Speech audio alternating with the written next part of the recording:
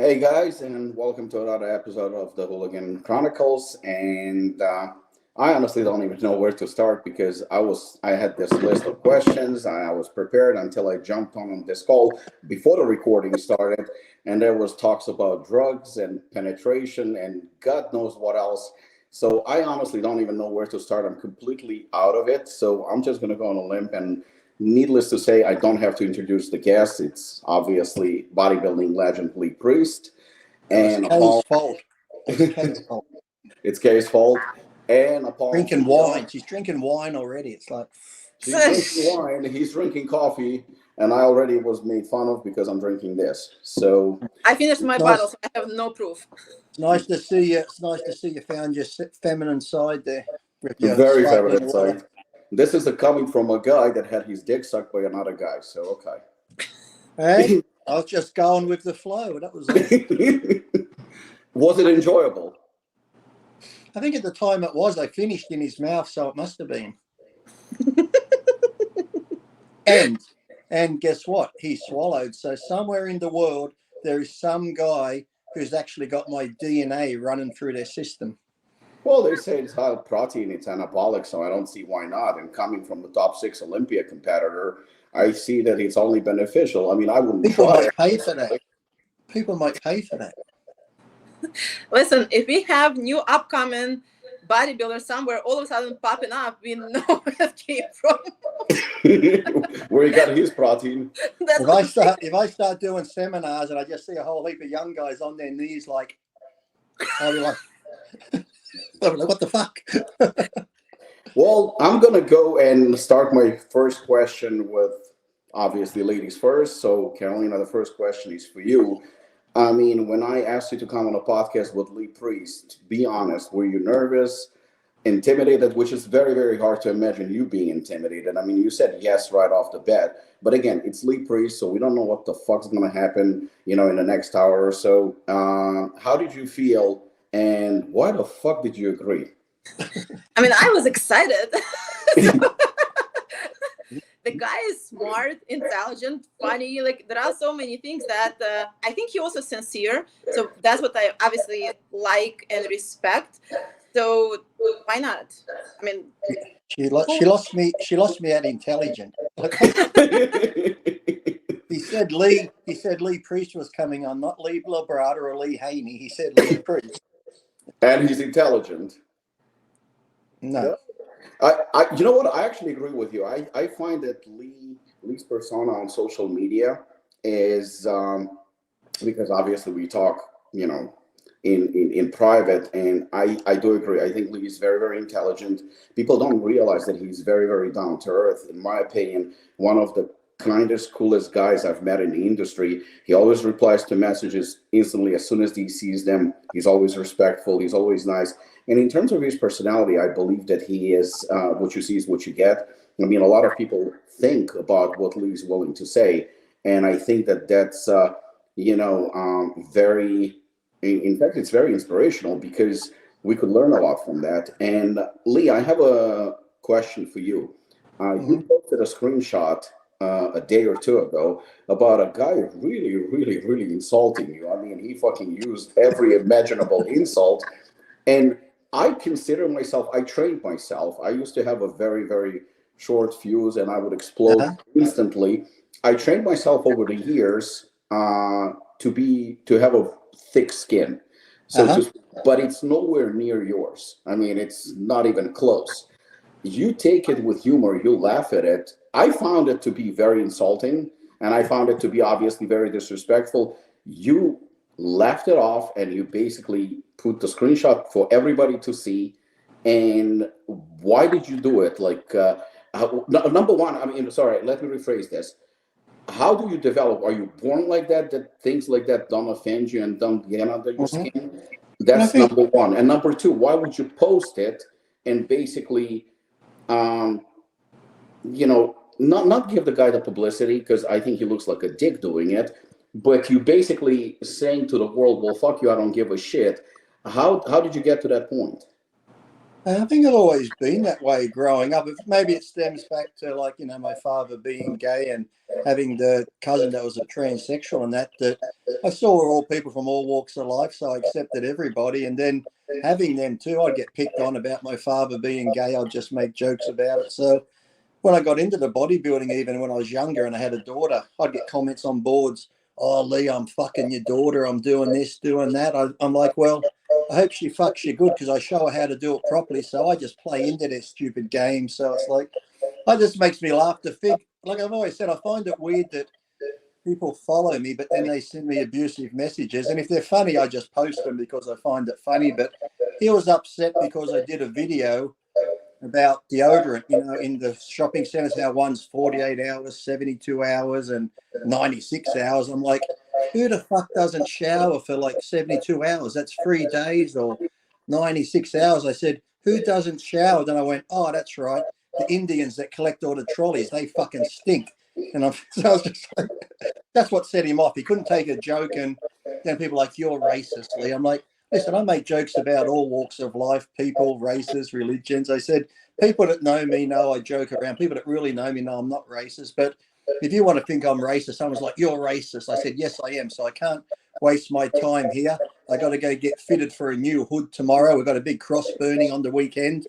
I want to make sure I'm dressed properly for it. So I just play into their stupidity and let them think what they want because, like I said, if you're following someone you don't like and you talk shit to them, you must really have a shitty life. So I figure if their life's that depressing, I like to give them a little bit of attention because maybe the Uncle Bob that used to molest them at Christmas times died now and they don't get their little Christmas reach around. So I just like to talk to them and make sure they're okay.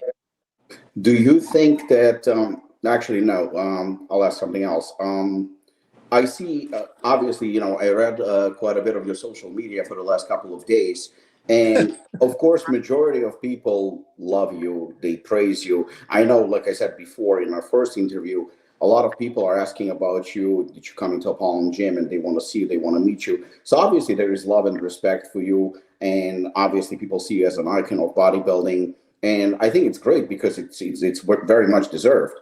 But the haters that I see on social media, the small percentage of them, when you do appearances, like say, for example, like you're going to do at Apollon Gym or you do at the NE Expo or something like that, I've seen it before at the Olympia where there was a line of people to take pictures with you, sign autographs, etc., etc. Do any of the haters approach you and say things to you that they say online?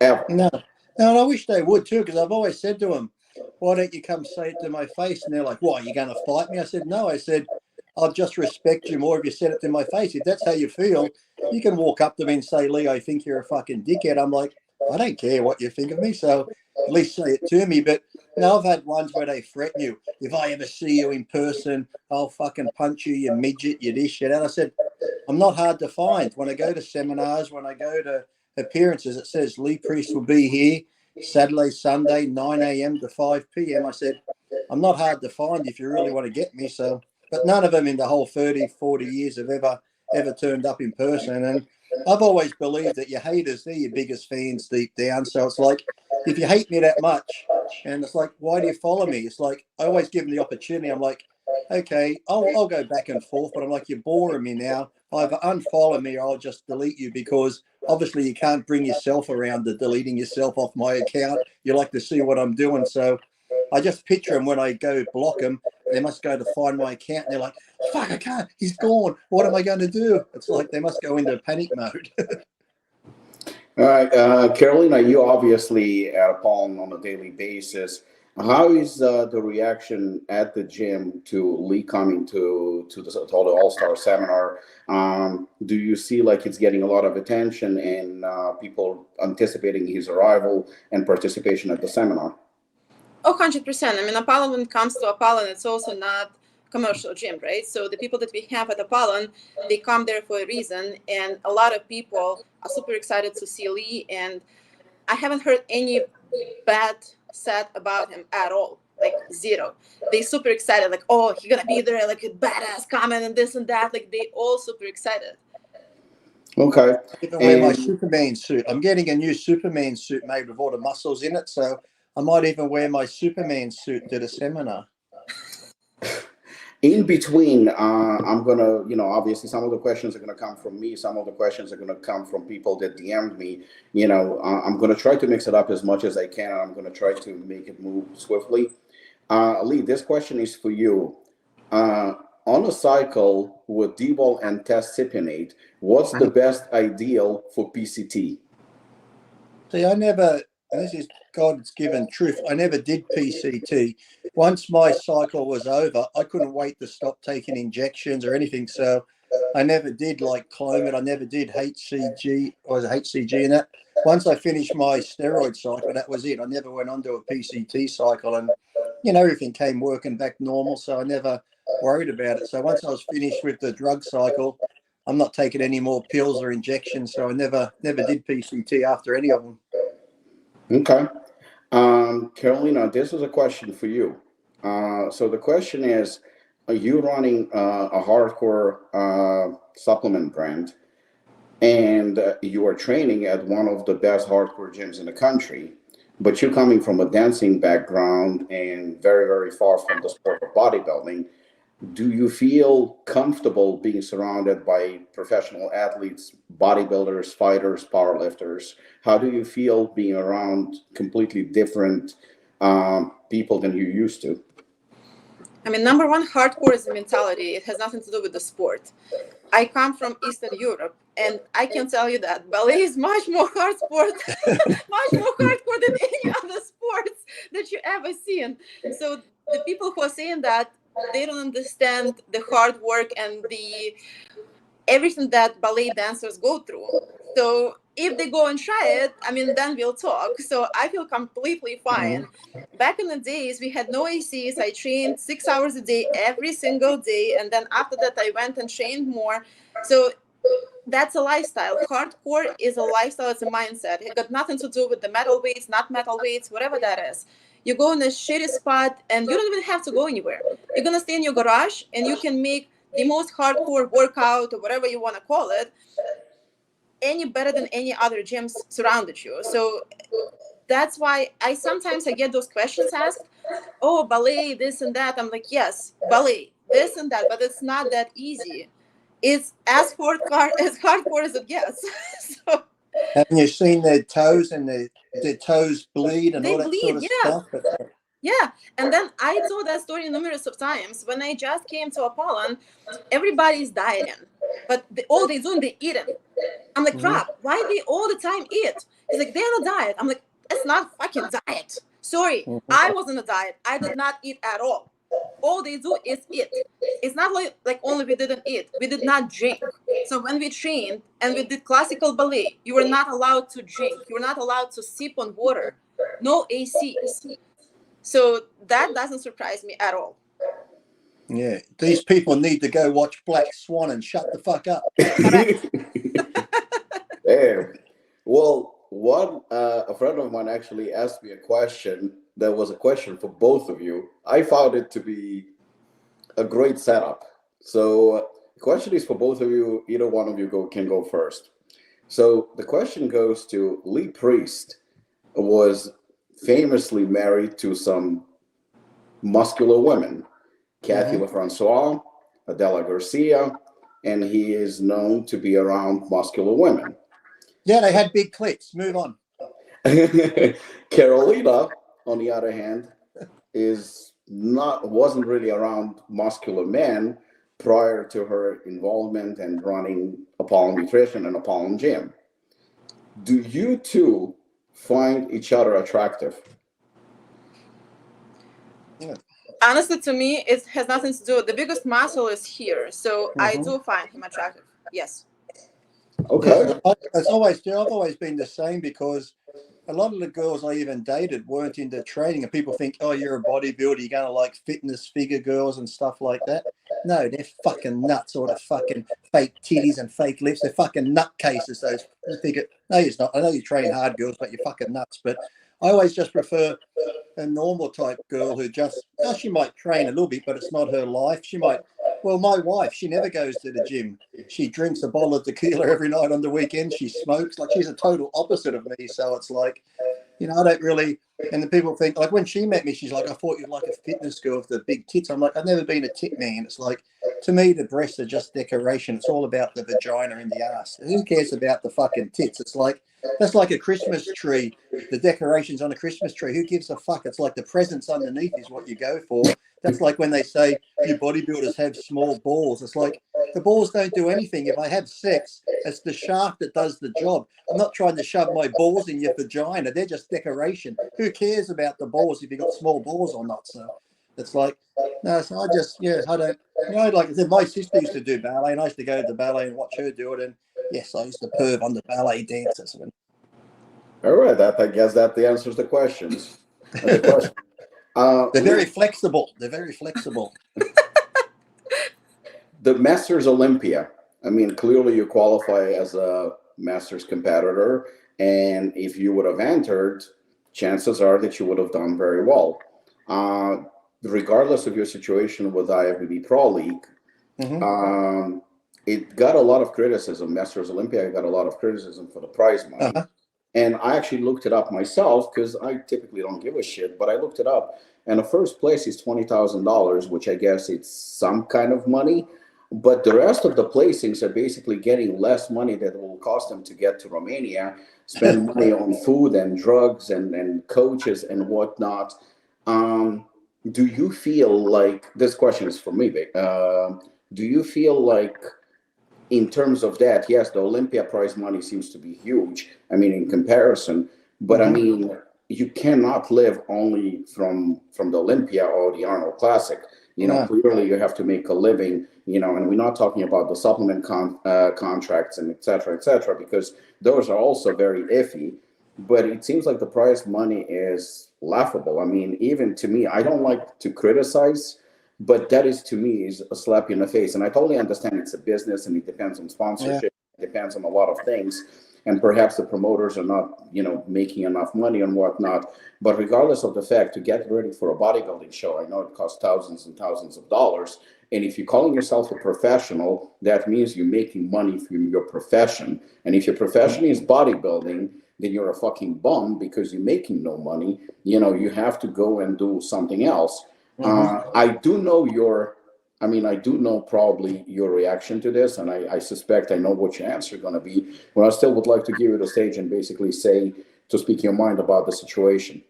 Well, I think a lot of the pro shows, even not the Masters, where some of them, like when I won some pro shows, it was like 10,000 first place, and some of the smaller shows, it still is 10,000 first place. And like you said, because I was a name in the sport, the majority of shows I did, the promoter paid my hotel, accommodation, airfare and that. But like you said, probably half of them, or if not more, pay their airfare, accommodation, everything. So like you said, it's costing them money to be a pro bodybuilder. Plus you're paying for your pro card. But I think when it comes to the Masters Olympia, the money would be good. But I think once you get to that stage, I think if as you get older and you're still doing it, you're doing it for the love of it. So I think when you get to that point, you're either old and delusional, you still love training, you're doing it just for the title because the money's not really that good. So maybe if you win it, you might be able to spin that off into something and do appearances and stuff like that with the Masters Olympia title. But it's hard to, it's not really that great money. It's like anyone who's getting into bodybuilding, you're not really getting in it for the money. You're doing it because you love the sport. And like you said, the Olympia and the Arnold, they're the only two that if you win them, have decent money. Everything else is like, there's people making more than that on OnlyFans in 1 week than what bodybuilders are killing themselves for to win a contest. If you could, would you do it? Yeah, if I could have, I would have done it. Competing, of course. If I was like completely healed with after the accidents and that, I'll do it. But I wouldn't, like I said, I wouldn't have done it. The money would have been irrelevant to me. It would, even if they said there was no prize money or pay your accommodation, airfare and that, I would have gone and did it just for like doing it and the title. But yeah, the money's never been a factor for me in any of it. I mean, clearly I looked at the lineup and it seems like if you would have competed, I think personally, and no disrespect to other competitors that are doing the show, I mean, obviously I don't see Kevin Lebroni in it. I don't see Dexter Jackson. I don't see Chris Cormier. I don't see a lot of bodybuilders, Phil Heath. I mean, all of them qualify for the Masters, but I don't see any of them on the list.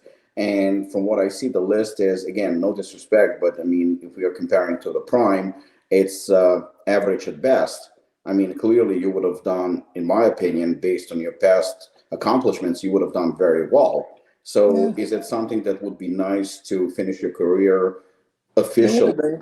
It would have been nice, like, to finish off, because, like I said, having the car accident, that's pretty much what ended my career. It wasn't like, you know, I could do a Masters Olympia and say, okay, this is my last show, then I'm retiring. It was like pretty much forced into retirement from the accident and that. So it would have been nice to finish on something like doing a show like that and just finishing on my terms, not being sort of forced out of it. Okay. Karalina, you deal with a lot of athletes in terms of, sponsorships, et cetera, et cetera. Do you find it more difficult dealing with bodybuilders rather than, say, for example, fighters, influencers, or other athletes in general? Do you see a difference in trend when it comes to certain athletes, their behavior, perhaps like divas or over demanding or maybe not very reliable? Because I know that obviously Apollon Gym is working with Lee Priest, and I know that you always speak your mind. You praising him as the easiest to work with, but in general, I know that you're not a big fan of working with athletes for many reasons. What would you say the main difference is? For example, even when it comes, since Lee is here, why would you say that Lee is, at the top of your list? I mean, you named actually a few categories, and when it comes to fighters and bodybuilders, yes, fighters are much easier to work with than bodybuilders. I have no idea why, but I think with bodybuilders, and I'm not talking about Lee right now, I'm talking in general, for some reason you always have to chase them. And that kind of that's very tiring, especially if you had an agreement and you kind of shook hands, right? And you agreed on something for both parties. And then you're the only one who is kind of chasing them all the time to do their job. That's very tiring and disappointing. So that's how I look at it. Okay. And I know that you told me specifically that working with Lee and Branch, for example, that you really enjoy working with them. I mean, it just happens to be that both of them are, so to speak, old school, different breed. Would you say that that's coincidence, or maybe different values, or maybe different approaches, different discipline? Because I know you always said that they're always on time, they're always responding, they're always doing what you asked, and you have no headaches with them. Yes, I mean, I think all of the above. Yes, different values, different perspective, respect for others people's time as well. That's important. So doesn't matter what I ask Lee or Branch, it's done. And you know what was shocking? Before we actually started working with Lee, when we were working with Branch, I called Branch. If he doesn't pick up, he calls me in a second. And he apologizes, saying that, oh, I'm sorry, I missed your call. So I saw that you call me. I will call you right back. He would always pick up the phone. Lee is 16-hour difference, I think, between Australia and America. It's still shocking to me. I just sometimes text him because I'm afraid that I'm going to forget to ask him something. No matter what time of the day it is, he answers. Yeah, you told me the guy doesn't sleep. Every single time. It's 11 p.m. here. It's 11 a.m. here. It's 4 p.m. here. It's 3 a.m. there. It doesn't matter. So that's obviously you do cherish that a lot. Okay, fair enough. Let's talk about drugs. Obviously. Which kind of drugs we're talking? Well, I've actually, because, clearly bodybuilding involves certain, not recreational, but performance enhancing drugs. But there is other side, of course. Both of you are actually athletes. You're both very, very disciplined.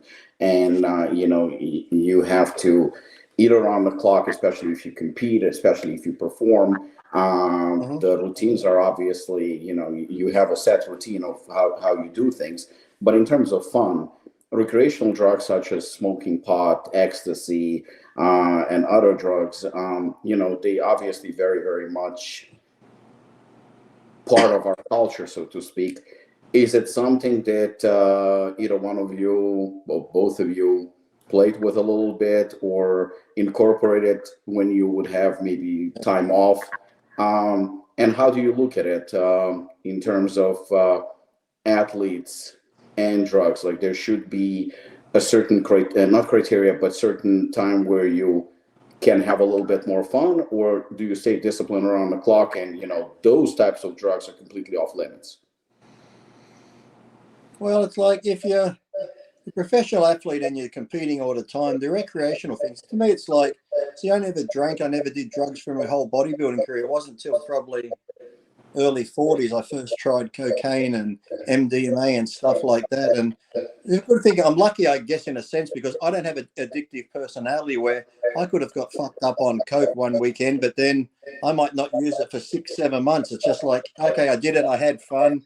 The day or two later, you feel like shit, never doing it again, that sort of thing. But then I can go months without doing it, where I know some people, if you're not really strong, I wouldn't recommend it, because some people like that high of feeling euphoria, whether it be on the, because to me, it's like, they say these drugs make you feel a certain way, but I always find if I'm in a sexual mood, I take a drug, it just makes me more horny. If I'm out doing something else, if I took coke training, I'd probably be like a pre-workout and just train harder. So I just find the drugs just accentuate whatever mood I'm in. But yet there's some people who take them for escapism or just to feel good. And like I said, generally, whether it's drink or anything, the next day or two, you feel so shit. And a lot of people hate that feeling, so they might just take a little bit more to keep that high. Then they just keep going and going. Then their body becomes dependent and they get addicted to it, where I just never had that thing. So when I was competing, like I said, I never did any drugs. I just like steroids, of course, but recreational I never did. And I don't really drink because I hate the taste of alcohol. But once in a blue moon, I might have the cocaine and sit alone with the bottle of lube, the massage gun, watching porn for 10 hours straight. Well, Then the actually, next day I wake up and I'm never doing that again.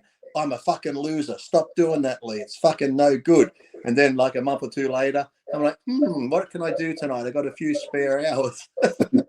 But something that you mentioned right now, that you've never done recreational drugs, and it's actually a very, very interesting topic, but you said you've never done recreational drugs during your competitive career, right? No, never. But at the same time, and without naming any names, we know that drug use, excessive partying, etc., was rampant during your era of bodybuilding. Was it because of a personal choice, or you were just not influenced by other athletes? I was never influenced by other people. I was never into that. Like the whole time. I'm sure you were invited to the parties, and you were. I'm sure I you never went to an after party. Once the show was over, I'd go to the dinner we had to go to as the athletes. But then I was just straight back to my hotel room, eating, have a shower, watch TV. I never, like when I'd even do seminars or go guest appearance somewhere, the promoter's like, okay, Lee, where do you want to go? Do you want to go to strip clubs, blah, blah, blah? I said, no, just take me back to the hotel. They're like, really? I said, yeah, I just want to go back to the hotel, watch TV. They're like, oh, okay. But they're like, thank you, because when we have other pros here, we've got to take them to strip clubs. I've got to be out all night with them. I'm like, no, I just want to go back to the room. So I've always done that. Like I said, I never partied. I think in my whole life, even till today, I've probably been to 5 nightclubs. I was just never into the club scene. Too many people, too noisy. And it's like I said, when I have done the recreational drugs now, it's never been in public. It's at home. I lock myself in the office or in a bedroom and just go to town on myself or whatever. And just like, I'd never do it in public, that's for sure. Was the fact that you didn't do the partying and the drugs during your competitive career, you didn't do it because of the discipline as an athlete or because of personal values? Well, I wouldn't say it's personal values. I was never looked down upon anyone that did it. 'Cause I had tons of friends that did it, but it was never that thing that interests me. Like I'd have friends that would smoke pot. Lee, try it just to increase your appetite. I'm like, no, I don't need to. So it wasn't like, people always offer them to me, but I never had that thing. Like I was never even curious to see what it was like. It was just like, no, I can't be bothered.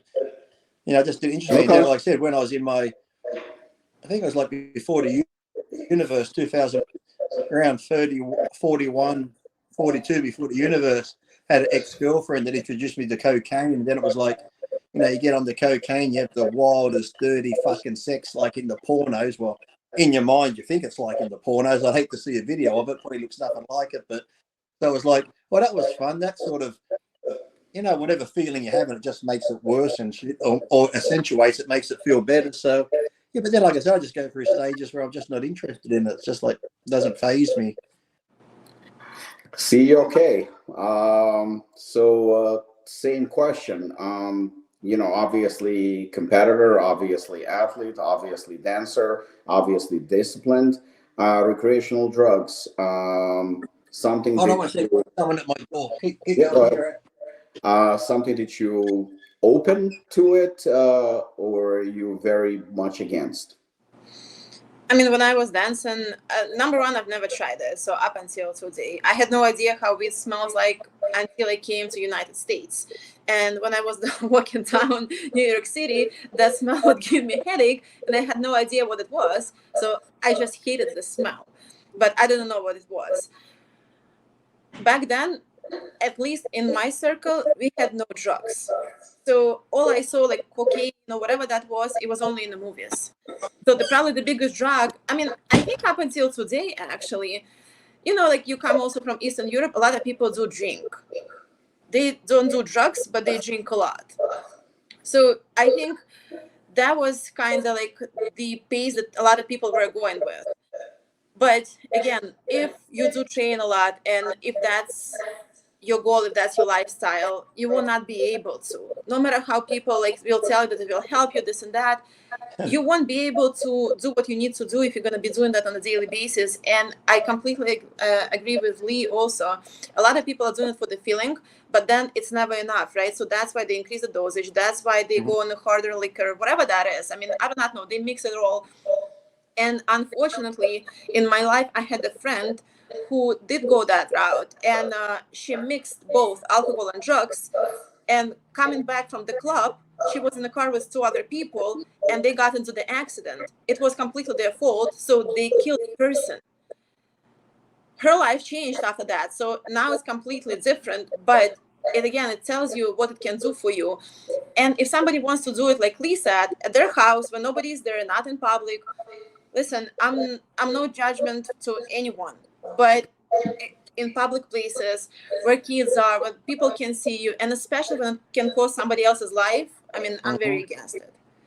Okay. We have that happen a lot here. I don't know why, but a lot of our football stars, it probably happens in America with like the NFL players, they go out, have these big parties, they're doing cocaine for some reason, somebody films it, that gets here, next thing, someone's leaked the video, and these athletes are in trouble, losing their contracts. I'm like, why the fuck would you do it out in public anywhere? It's like, everyone's got a phone these days. They're going to video it. Someone's going to put it online. I'm thinking, how crazy. It's like, never do that.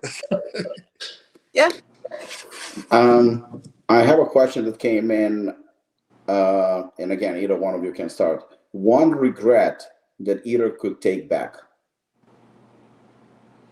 One thing that you regret. I'd always say that I've only got two regrets, and which is weird out of my whole life, because I always figure if I do shit, I learn from it, good or bad. But the two biggest regrets were when I lived in America, my grandparents would call me.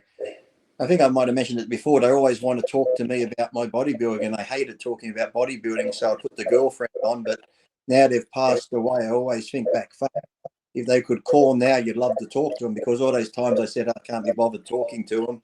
Now they're gone, you wished you could. And then the other time was I was married to Kathy, and I thought the grass was greener on the other side, and I met Adela Garcia, and we got together. And then I went back and told Kathy I'm leaving. Like, we've been married 5 years, and out of the blue I said I'm leaving, and just seeing her sit on the floor, break down crying, asking why, and me not really having an answer, me just like being, I'm fucking stupid, I cheated. Just seeing the hurt I caused her, I always regret that. So. Okay, Karalina.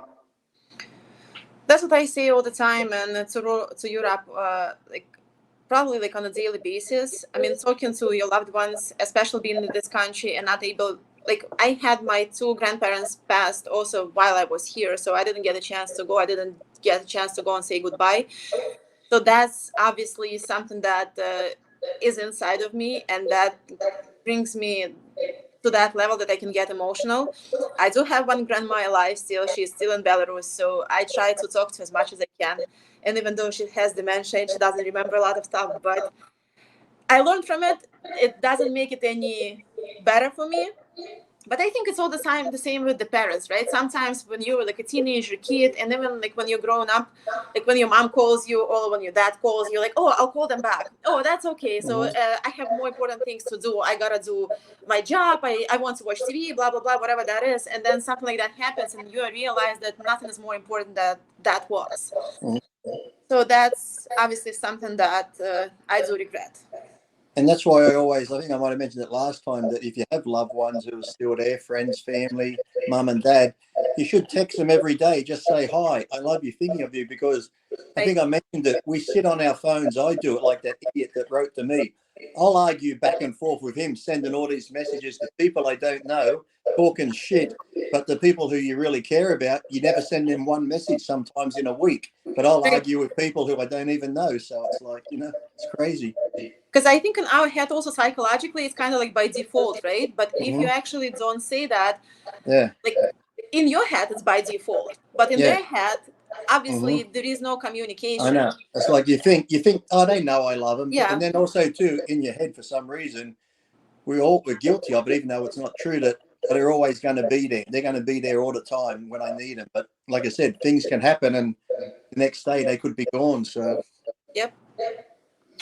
Okay. Both of you are used to dieting, obviously. Both of you used to diet for long periods of time. What is the craziest meal you have ever made for yourself in terms of either diet to make it taste a little bit maybe different because you were so sick and tired of dieting?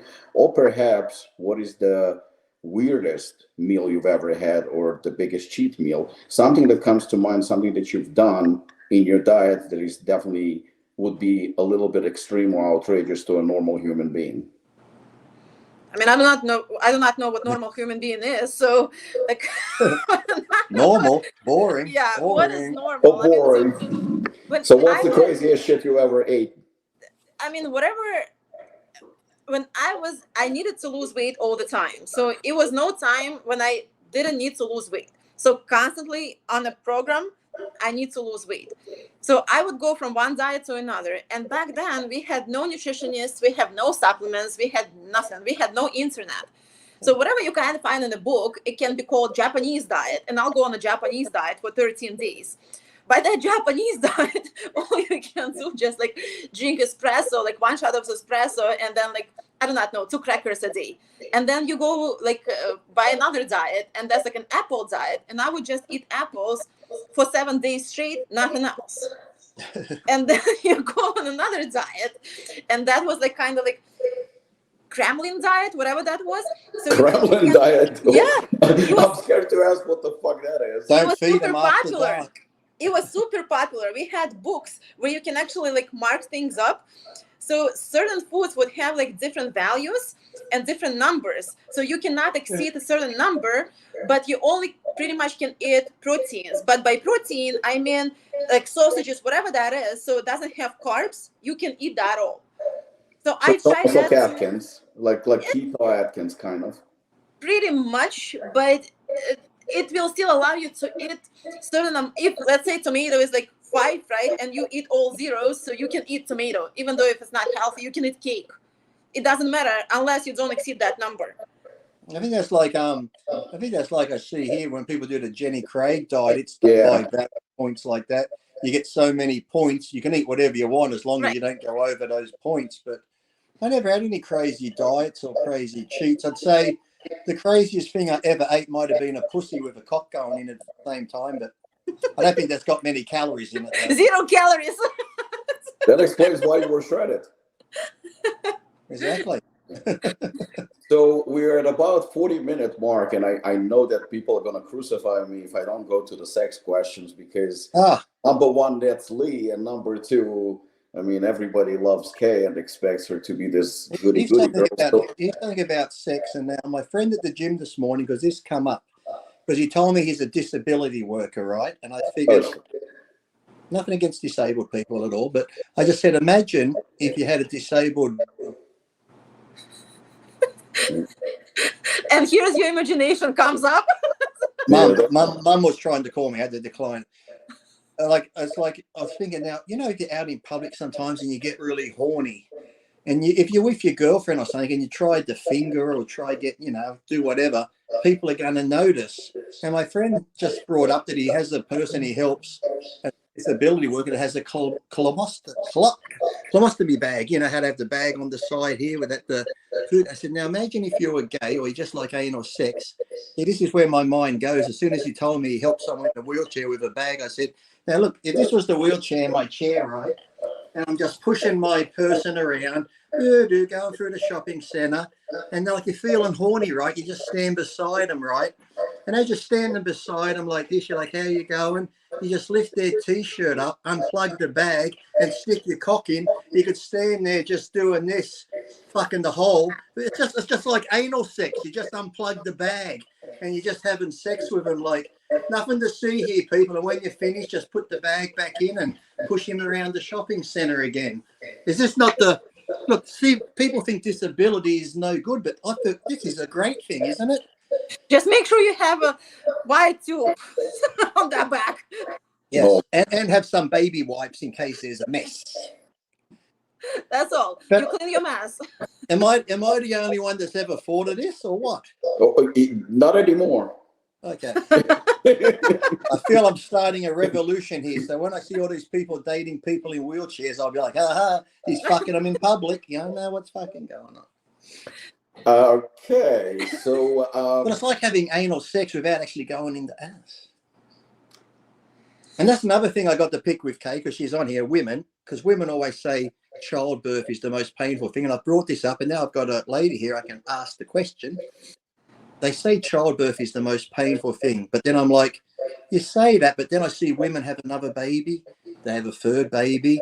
Some have 4 babies. If they're Mexican, they have fucking 10 and just keep going, but we won't talk about that. But if they just keep having babies and babies, I'm thinking, it can't be that painful. Because if I smashed my hand with a hammer and broke it, I'd be like, fuck, that hurt. I'm never going to do it again. But this is where I bring in anal sex. Because if you have anal sex with a girl and it hurts, guess what? She never fucking does it again. So I believe anal sex is worse than childbirth, because they'll keep having kids, but they'll never let you get in the fucking ass again. So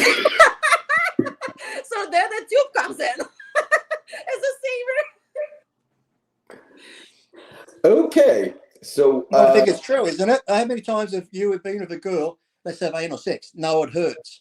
Well, so does kids, but you had 4 of them, so let me fucking stick my dick in your ass. It can't be that bad. Wait a second. So we know that most guys, at least most guys, I think, love anal sex. And I would assume that a lot of guys had anal sex. But if they had anal sex, I would assume also that they had it with a woman. Well, some have with a guy. And clearly then, if they have it with one woman, then there is a lot of women that probably enjoy anal sex, don't you think? Some do, but then you get the ones who they say they don't, right? But here's the thing. You get with your girl and you go through that, you get married, you're my soulmate, you're the love of my life, you're this, you're that. And you say, let's have anal sex. They go, no, that hurts. I'm like, wait a minute. I'm the love of your life, your soulmate. You won't let me have anal sex, but you let your dirtbag ex-boyfriend stick his dick in your ass, but I don't get a chance because he ruined it, because he hurt you. What about if I just put the tip in slow and we go slow here? Because the love of your life should at least get a fucking go. Okay, a woman's perspective. Okay, what do you think of anal sex? That's a great statement that Lee just made, actually, I think. When it comes to...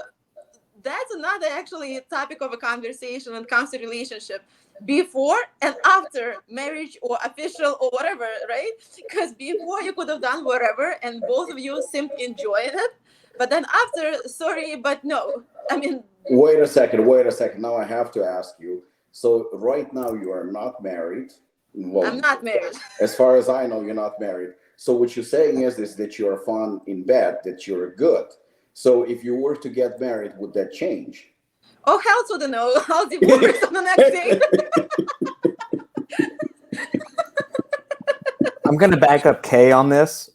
I'm in the minority, apparently, according to Lee and you, Robbie, that I have not ventured into the exit only.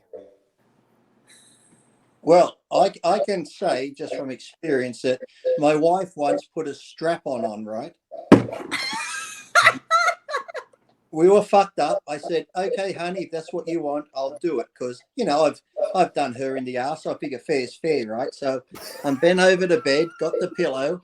I look over my shoulder and she's got this look on her face like she's fucking going to town. She's got this look of determination. And I looked over her, right, that's it. You fucking go for it, because I'm fucking holding the pillow. And the whole time she's ramming me with this strap on, I'm just thinking, wait till fucking payback comes. Wait till it's my fucking turn. I'm just going to fucking put the head on there and go, bam, fucking straight in. So, yes, she had her go in me. And it was weird. Sometimes when she went a bit deep, it hit the prostate, made me feel like I needed to pee and stuff. But it was a weird feeling. But don't worry, I got her back when it was my turn. I'm way too boring, I'm going to go apparently. on here and ask, how did you feel? Well, like I said, it was a different sensation. It's not like something you'd be like, oh, I'd do it again. But if it in the heat of the moment when you're just doing shit, you just go, okay, let's do it. You know, if you're fucked up on coke and that, I'm like, is that the biggest one you got? Get a fucking bigger one. Put your foot in. Fucking go for it. Fucking fist my asshole. Do whatever. It's like, you know, who knows? But, you know, I said, when you're in the moment, you just do whatever. And then you're later thinking, what the fuck did we just do? I said, fuck, we could be arrested for that type of stuff. Well, At least it was not in public and not one of those parties with the football. Oh, no, this was down the public park near the kids' play area, but they paid no attention.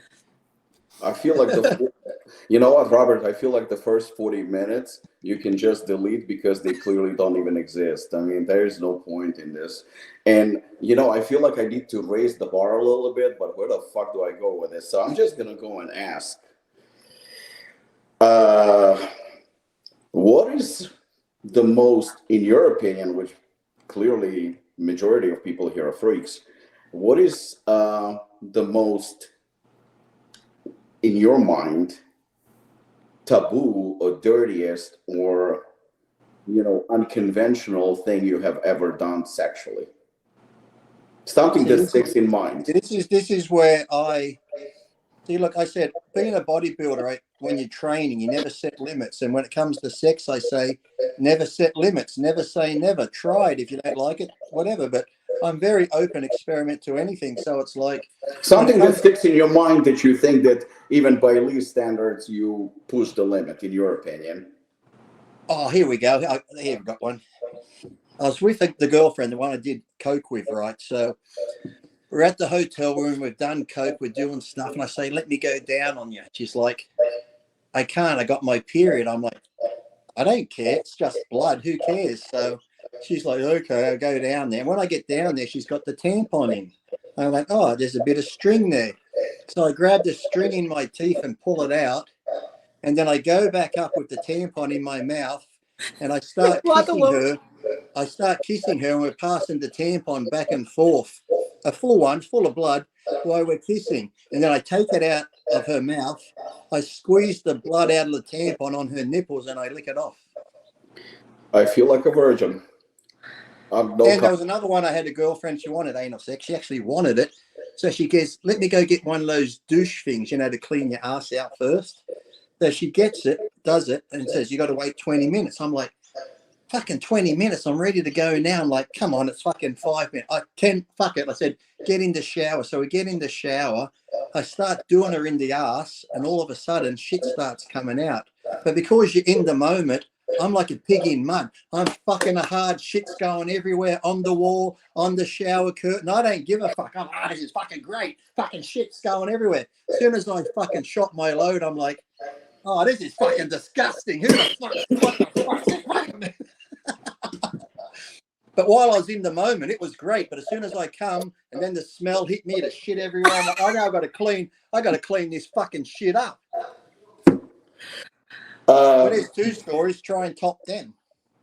I don't think anyone can top that, but I'm just gonna go on a limb and ask Kay for the most memorable moment. Cares to share? Listen, I know it's not gonna be that, but I will pass that. I think in order to kind of get on that level, number one, I gotta get to coke first, and then we'll speak. So all right, let me just. We'll have another conversation because whatever Let me just take notes. What's that you need first?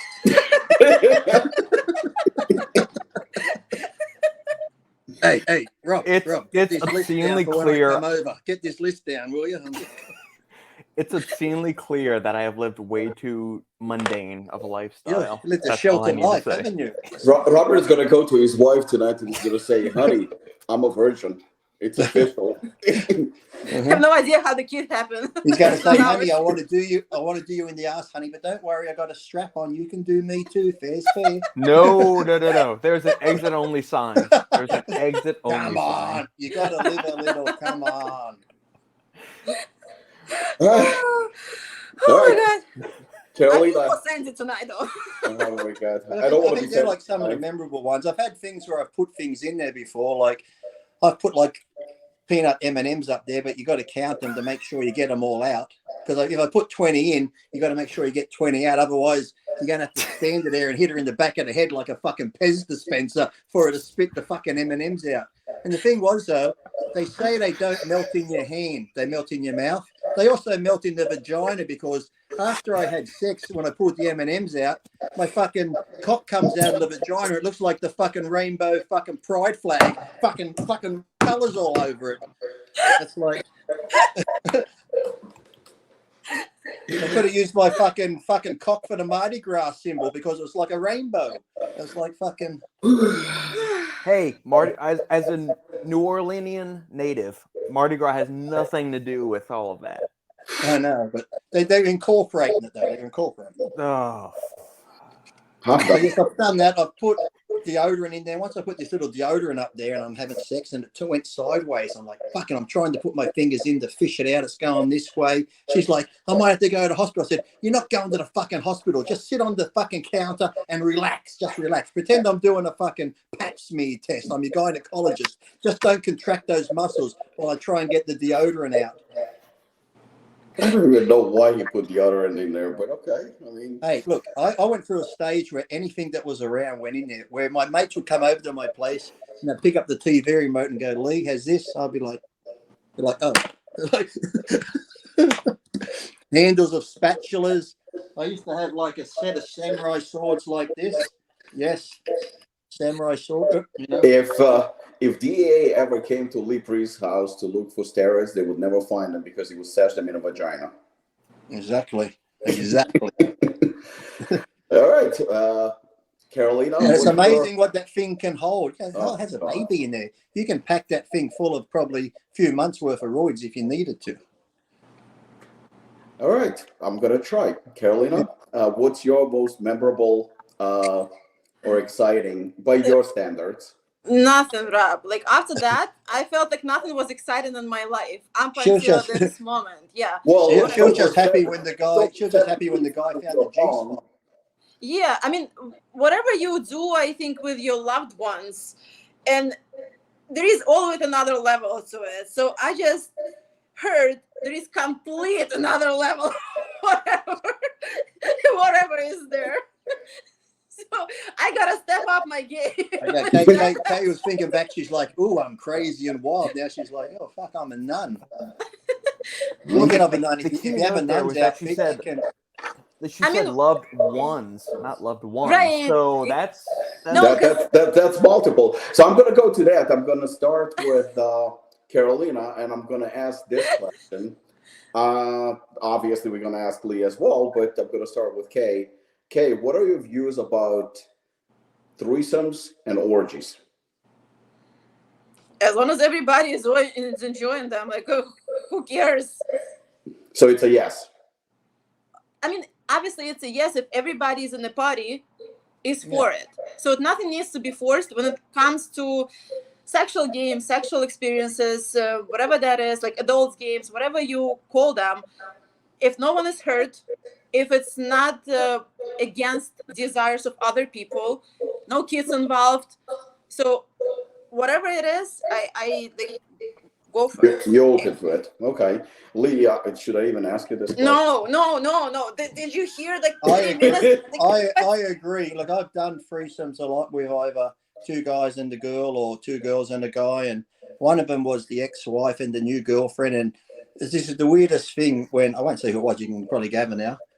But it was like the ex-wife and the new fiance, and we're in the hotel room, and I'm doing the ex-wife from behind, and I look down, I see the new fiance licking her vagina while I'm doing the X. I thought that was a weird experience, like seeing the face pop up from down there. But I've done it all. But the main thing is, it's like Kay says, it's like we had one couple once and we had a threesome, but it was like the girl was very like, you know, when they're like, oh, I did it, they get mad because it looks like their partner's enjoying it too much. It's like you got to be very stable and in love to be able to handle that, because to me, any of that type of stuff, it's not love, it's just sex. You're just experimenting, having sex. There's a big difference between that and your relationship. So if you've got a stable relationship and you can handle it, sure. But if you can't, I wouldn't recommend it, because then people get jealous and this and that. They're like, well, you did it with her or you did it with him. You like him more, you like her more. And it can start a ton of arguments. But if you're secure in that, I say, why not? If it adds a bit of spice and a bit of fun, go for it. And look, there's been many times when you're fucked up having sex and you could be doing stuff and you say to your missus, or she'll say to you, and girls, when they're in that dirty mood, they always agree when you're fucking them. Oh, I like to watch 10 guys fuck you. They're like, yeah. Would you like to watch them all come in me? Like, yeah. Watch the cum run out of your pussy. Yeah. It's like they all just agree why to do it. And once the sex is over, you're like, would you really do that? They're like, no, I just said that. Okay. Karalina, what's one sexual fantasy perhaps that you've thought about but you've never done, but you would? Honestly, like, I think whatever I thought about, I've done, but Oh, whatever I just heard not that long ago, that brings me to another level of fantasies I've never imagined.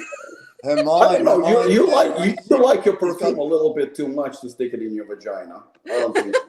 She's getting a whole heap of new ideas right now. Exactly.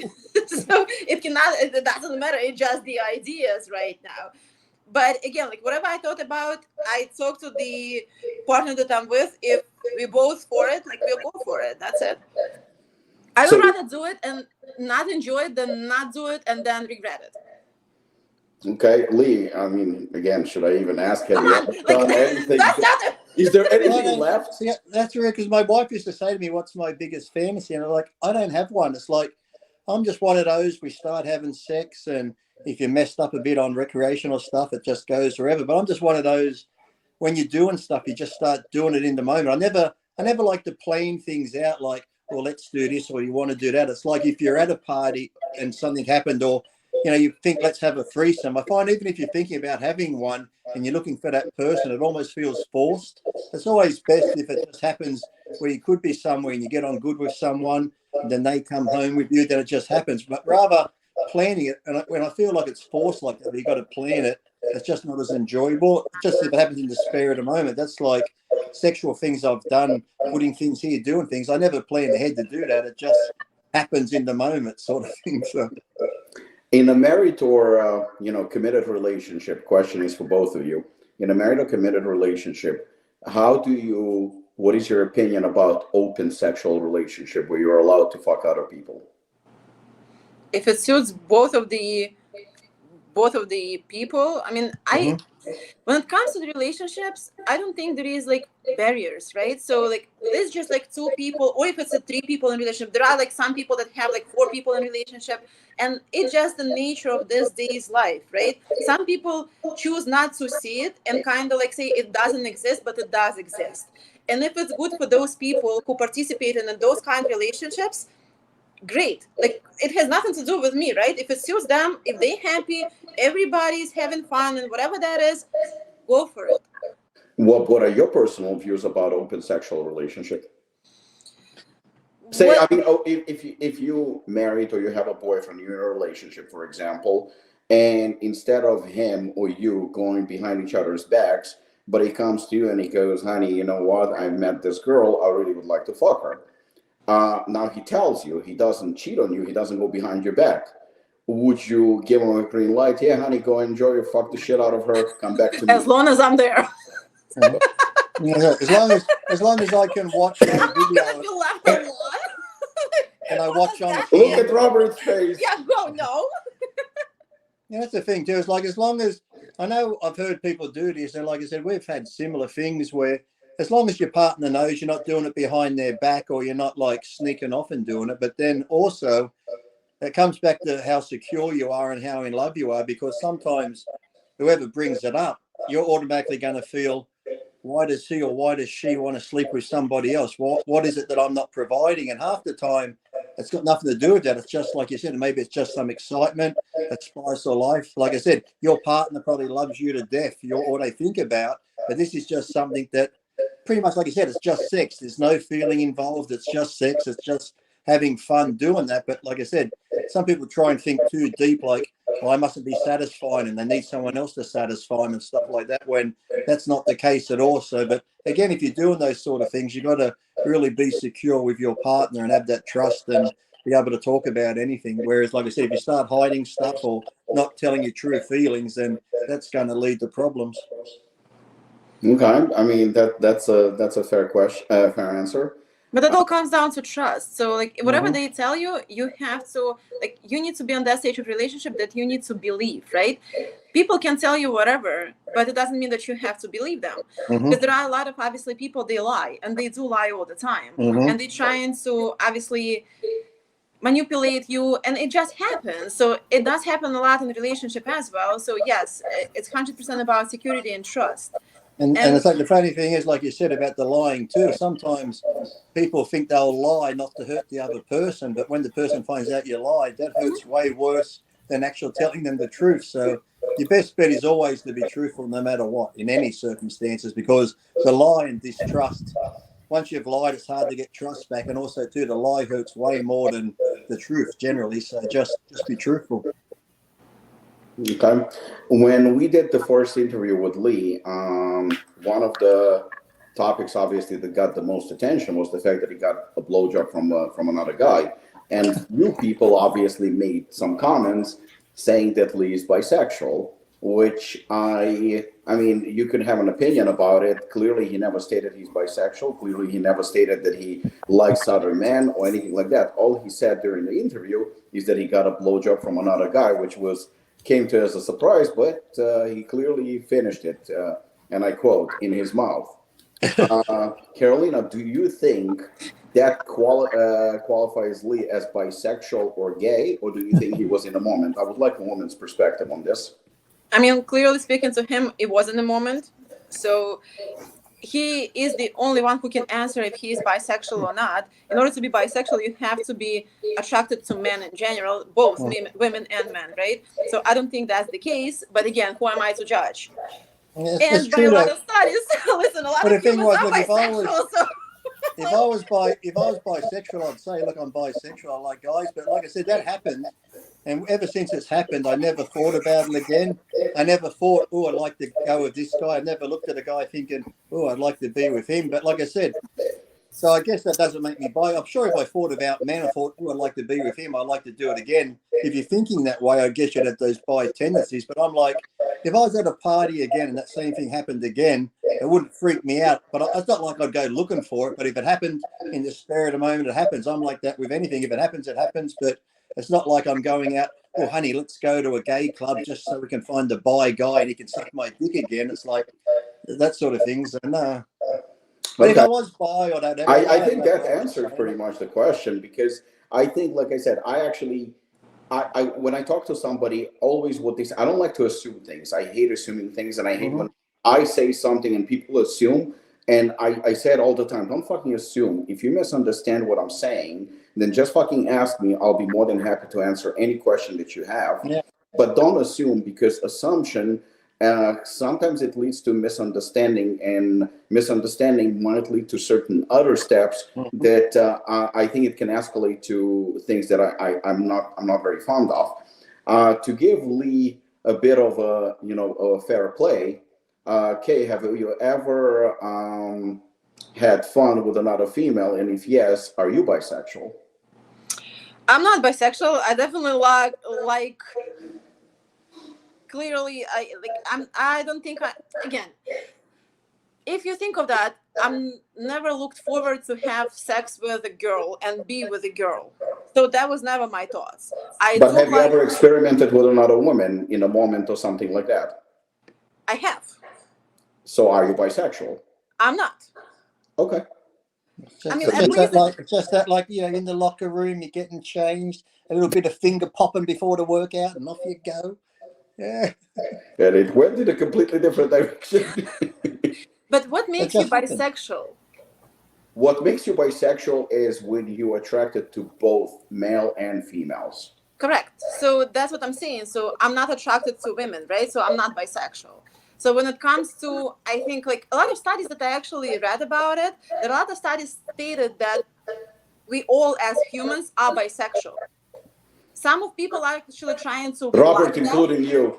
including you, Robert. Just look at the Romans, orgies all the time back in the day. They knew how to live. I feel like come the seminar, we need to figure something out. Meaning? That's all I'm going to say.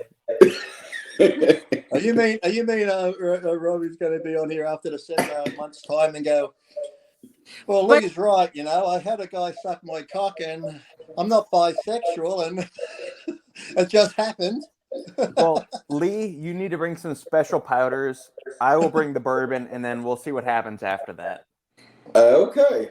That I did not expect. I think this is the biggest shock of the entire year. Look at fucking what's his name down here? Fucking Hugh Hefner of porn, organising and fucking going off film on us down here. Fucking Mr. fucking Pornhub in the corner. I'll bring this and bring that, and I'll have the camera going and shit. We'll make a fortune. I'm the sarcastic one, so everything I say take with a huge pinch of That's salt. the drink talking. Yeah, see, there is always an excuse. It's like you say it and get the reaction. You go, it's just a joke, though. I'm just joking. Wink, wink. No, but I always wanted to say also, growing up, I think, let's say when I was a teenager, like 20 years ago, right? So it was normal. So it's different. It's a little bit different what I see happening here. Because when we were teenagers, you kind of go through hormonal stuff, right? So at that time, you don't understand a lot of things. You don't understand what your body tells you. You don't, like, you want to try different things. And back in the days when we were 16, 17, I don't know if they have that game here, like what's it called, the bottle, where you twist the bottle. Spin the bottle, yeah. Spin the bottle, whatever that is. And then they make you do stuff, like, and you cannot, like, back in, like, Rap, you know, like, back in Russia, you cannot back off. I just got to pee. I'll be right back. But I want to hear what Kay did when the bottle landed on her. Thank goodness I had a very good group of high school friends that we never did that. We played Trivial Pursuit and laser tag, or just sat at a coffee shop. So thankfully, I never had to deal with any of that stuff. See, like, it was like totally normal practice. And back then, by the age of like 16, 17, I think everybody already knew, like, if they did like the girls or they did like the guys. Because like playing that stuff, I mean, yes, you kiss a girl and that's this and that, and you in that moment that obviously going through that hormonal imbalance and everything, it's just whatever. But then once you're 16, 17, you already understand completely, like, what you like, what you don't like. Obviously not experienced all of above that Lee said, but you still have an understanding. Here, I think it happens much later in life, and a lot of people are confused going into their 20s, even 30s. They have no idea, like, what they like, what they don't like. And that's what I think kind of like the difference is. Because to me, there is, like, if somebody tells me, like, oh, like, I kissed a girl, I'm like, who didn't? Like, when you were 16, like, it's who didn't? That's normal. Yeah. Here, like, they 30 years old, and like, they're still trying to figure it out. Well, it's like when you'd see young guys back in the day, there might be young teenage guys, you'd stand there having a pissing contest, who could piss the furthest and stuff like that. Or there was a game, I never played it, which is weird, I know, but that's one game that you never played. We have a biscuit here called a Sayo, but it's just like a crisp bread. And there used to be a game called Soggy Sayo where guys would stand around, jack off on this biscuit, and the last one to come on it had to eat it. That's lovely. Never participated in that game. I forgot about that. I might just write that down so I don't forget. See? Apollon seminar added to the list. It's just, I don't think it's the same though if you play by yourself, is it? Because then you got to fucking, oh fuck, I'm the only one that come. I got to eat it. Fuck, that's boring. Robert, I think we're going to have to have a 2-day event at the seminar. We're going to have a seminar for everybody and then a separate one just for Lee. Yeah. To have a separate one for the sickos, 18 and above. The insider group has this special room out the back now called a More people will attend that. What's that new room 200%. you're putting in out the back of the gym that has that swing from the roof and all that? What's that for? For your lower back. Okay, more sexual stuff. What is the most unusual or weirdest place, like, people say usually on a plane or something like that you had sex? The most unusual place you had sex in? I've never had any weird ones. I've done it, like I said, like with that girl with the tampon thing, and I've done that, like we've been in a hotel up against the window while people are walking past outside and that. But it's never been like a weird. Once it's like in a park where she's sitting on my lap and people are walking through the park and stuff, but never like crazy. Yeah, never crazy places or anything like that. Karalina, do I? No, I mean, listen, there was no weird places. Most unusual other than the bedroom. On We went Aeroflot coming from Russia. with all the flight attendants, one after another. Ooh, that's a fantasy. Oh, look, it's all coming out now, isn't it? Violent. She's gonna go in Apollon gym while people were training. Imagine this. you know why they call it the cockpit up the front of the plane, don't you? It was no weird places.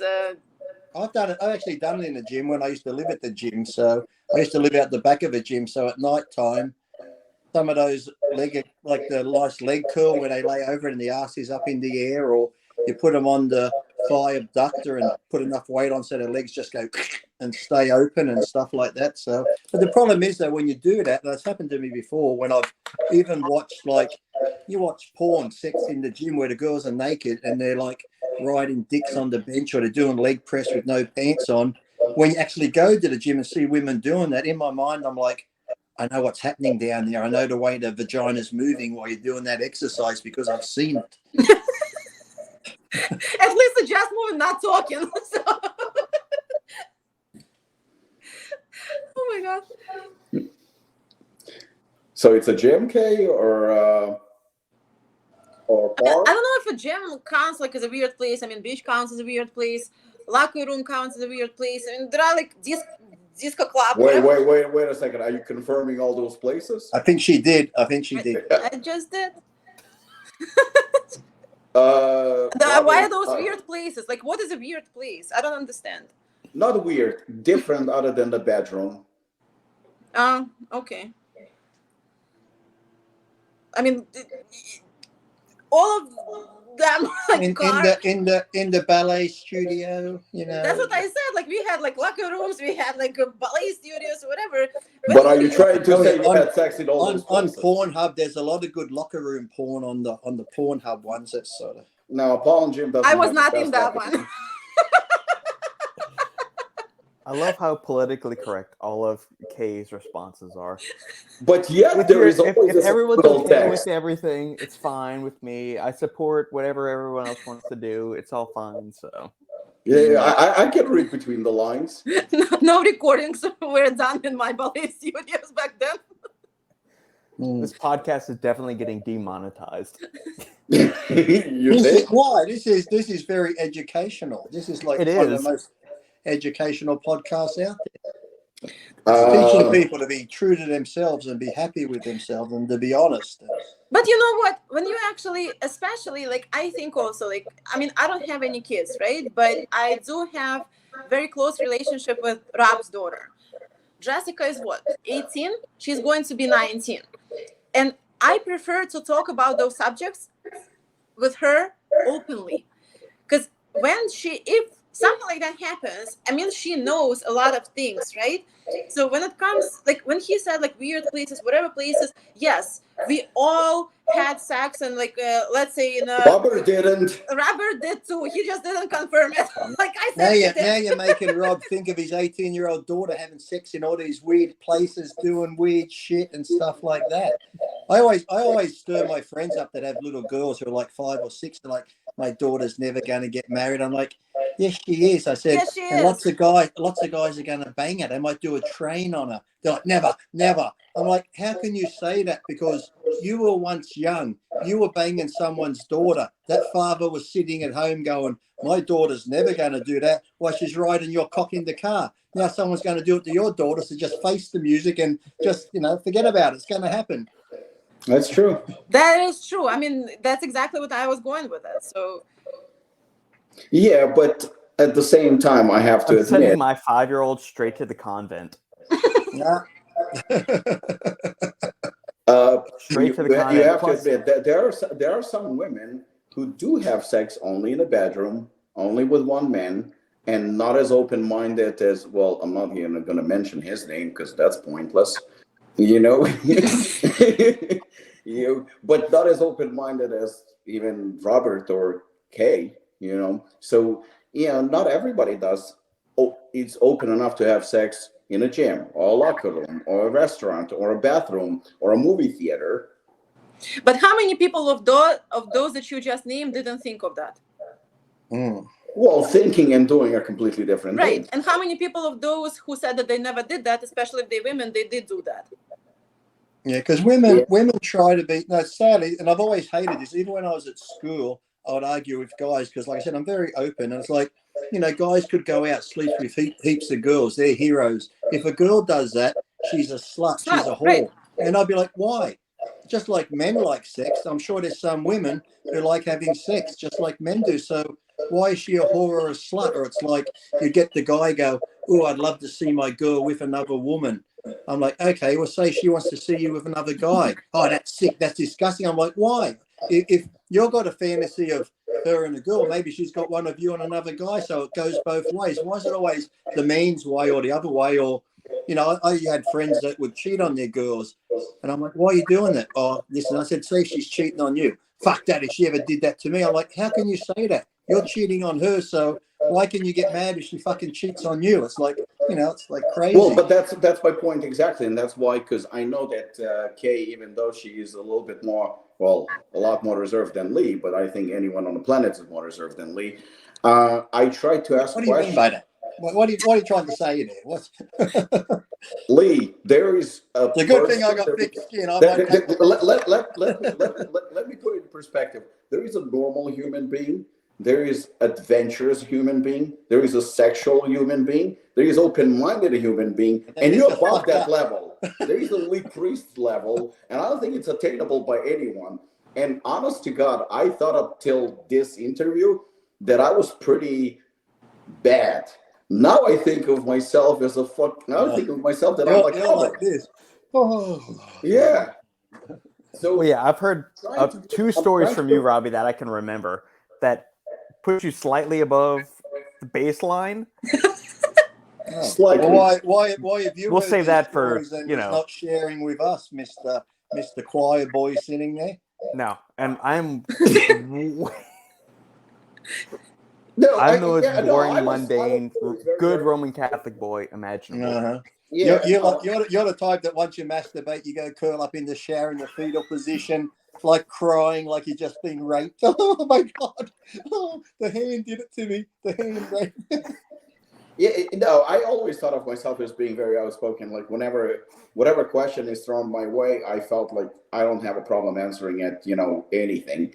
But like I said, there is also a Lee Priest level, which is a completely different level. And I find that weird because my wife says that to me a lot. The other day, she was even something was on. She goes, "Oh, I wish I could just be you for one day." I'm like, "Why?" She goes, "You just don't give a fuck." I'm like, "I do care. I care about people. I care about things. But in general, if somebody asks me something, I'm going to say it and do whatever." I said, just imagine. I said, it's not just me. She goes, "I wish I could be like that." I said, well, you could. I said, if we all were like that, the world would probably be a better place if we just be ourselves. Here We to didn't live. bullshit. We're honest with people and stuff like that. Sure, feelings could get hurt, but like I said, if somebody asks you a question, they've got to be prepared for the answer. If you don't like the answer, don't ask the question. It's that simple. But if you do ask, be prepared that someone's going to be honest and say, "Hey, you're a bit of a dick. Clean your act up, or do this or do that." And sometimes, as I said today, on the internet or anywhere, if you give an honest opinion these days, it's almost like you're shot down. Like, you can't say that, you can't do this. Like, why can't I? It's that's the precise reason when I'm trying to ask Karalina the same questions as I'm asking Lee, because I think there should be fair play. And we all know that we still live in a society where if Lee or I or Robert will say that we had sex with 10 women, people are going to say like, oh, okay, good. If we say we had sex with 50 women, people will say, well, good for you. We would be getting high fives and shit like that. If Karalina said that she had sex with more than 10 guys, I think Lee will give me high five too. That's pretty obvious. But She'd have an OnlyFans page if that happened. a lot of people. But it's also too like, that's fair. Yeah, but it's also too, I think it stems back to, like, let's just say you're a father and you've got a boy and a girl daughter. Say they're both 12, 13. Your young boy, you're starting to tell him, hey, mate, you get out there. Look at that girl. You go out and get her. It's like you start to tell the guy, your son, go out, bang as many girls as you can. But your daughter, you're like, no one's going to touch you. You're not having sex with anybody, blah, blah, blah. But yet you're sending your son out to bang all these other guys' daughters somewhere. He's going to find someone. So I think you got to, like, just be open and just, look, my mum always taught me about sex from the very young age. So it was never a taboo thing where I think some parents are like, if we don't talk about it, they won't do it. Look, they're going to hear about it at school. They're going to know about it. So you're better off being straight up and honest and say, listen, if you are going to have sex, use precautions, use condoms, use contraceptive pill, do whatever. Do it in a safe place. Because my mother would say, look, if you're going to have sex, Lee, I'd rather you do it at home, somewhere safe in your bedroom, rather than out in a park or in a car somewhere and stuff like that. So I think you just got to be honest with your kids. And if you're honest with them and your kids are brought up right, they're going to make the right decisions anyway. So I had a friend when we were 16, and he was a very good-looking kid. Worked out. Here we go. This is it. Not where we're going with this. And finally get the goods. Either for his 16th or 17th birthday, I think for his 16th birthday, his mom gave him as a present a big box of condoms. and she told him, she goes, it's basically pretty much what you said, Lee. She goes like, you know what? I know you're going to do it. I'd rather you do it even here at home. She goes, I want you to be safe and stuff like that. And here's a present for you. And, I remember, like, I was the same age. I thought that was most outrageous gift ever, because I couldn't picture my mom, for example, coming even anywhere close to that. And I think that was the case, that's the way it should be in reality. We should, I'm not saying we should push our kids to have sex. I'm not saying that. But I think that we should be very open about it, that our kids are exactly like us. And we've been through those stages, boys, girls, and they're going through the same stages that we do, and they want the same things that we do, and we've been there. We know that. So for us to say, to girls, you're not allowed to have sex, not allowed to have sex until you're married and stuff like that, it's completely outrageous. And let's not forget one thing. This is not the 90s, not even 2000s. We're in 2023. A lot of women and men do not get married. They don't get married. Some people are perfectly happy being single and living the single life and concentrating on their careers and concentrating on themselves. So just like food, sex is a necessity. They obviously going to have sex, and more than likely more than one partner. So are they wrong? Should we judge them specifically? Should we judge women? It is completely outrageous. Of course, if she goes and she bangs, every night another guy, there's something probably wrong with her. But other than that, if she's free-spirited and she does what she wants, then there is absolutely nothing wrong with it. And I think that those questions that I'm asking for both of you, because I think that people would like to hear the truth, and no sugarcoating, no bullshit, no anything like that. So and I think it's like you said, it's like men do it, women should be able to do it. Women shouldn't be judged for doing it. And to me, it's like, I've had partners where we've had lots of partners, and people are like, oh, she's a slut, she's been with 20 people. Look, I couldn't care less if I got with somebody and their previous job was a prostitute. She's been with 1,000. She's with me now. Someone's past doesn't bother me. That's their past. So some people get into relationships and they're like, oh, she's been with this guy, she's been with that many guys, and they're sort of like, oh, they hold it against them. It's like, we all have a past. We've all done stuff in our past. If you're going to be with somebody, you don't care about their past. That's fucking old news. Who gives a shit? So whether it was 10 people, 5 people, 1 person, 1,000 people, it shouldn't matter. If you're with that person now, they're with you. What they've done before has no bearing. So, All right, let's continue. Favorite sexual activity or sexual position? Favorite sexual activity is having sex. I mean, obviously. No. Well, sex. That's a good one. masturbating. I like masturbating.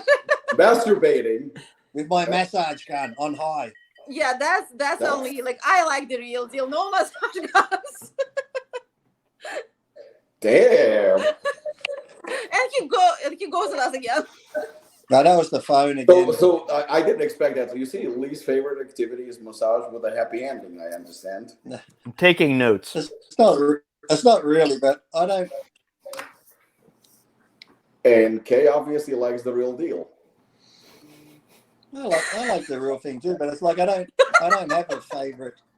I don't have a favorite sex position. It's like, some people are like, oh, I love it when they're on top, or I love it doggy style. It's like I don't have a preference. It's like sex is good any position. If you do a few during the sexual thing, scissors side on, this, that, from behind, over here, right, and that way, reverse cowgirl, whatever. It's like sometimes you might just want missionary. Missionary's fine sometimes. So it's just, I've never had a favorite where I'm like, I have to do it this way or stuff. And I've never really been big on blowjobs, because to me it's like blowjobs is something that you do if you can't have sex. It's like, oh, quickly suck my dick or do this. To me, it's like I'd rather get to the having sex bit. I'd rather go down on the woman and please her than her suck my dick, because it's like that to me is a little bit boring. I'd rather do the main action. So I'd rather please her orally than her please me. I've never been into the big blowjob type thing. Karalina? There is no preference on position. I think if you enjoy the person that you're doing with, it doesn't matter. Like sometimes you find in the moment positions that you never thought before, and then all of a sudden.